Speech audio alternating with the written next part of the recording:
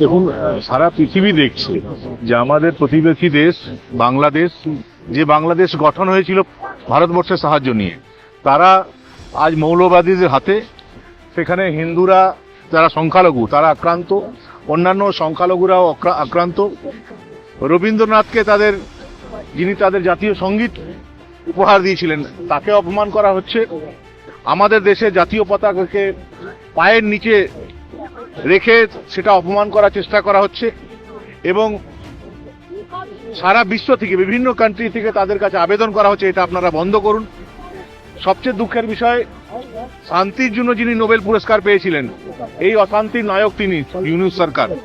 তো আমরা তার প্রতিবাদ জানাবার জন্য আজ কলকাতার এই রানু ছায়া মঞ্চে কলকাতার বিভিন্ন শিল্পী, বুদ্ধিজীবী, কবি, সাহিত্যিক তাদেরকে নিয়ে প্রতিবাদ জানাবার সিদ্ধান্ত নিয়েছিলাম।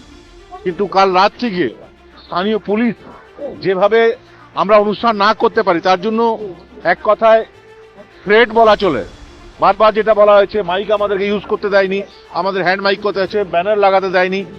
এই কলকাতার মাটিতে দাঁড়িয়ে মিনি পাকিস্তানের দাবি যারা করে তাদের জন্য অবাধ স্বাধীনতা আছে।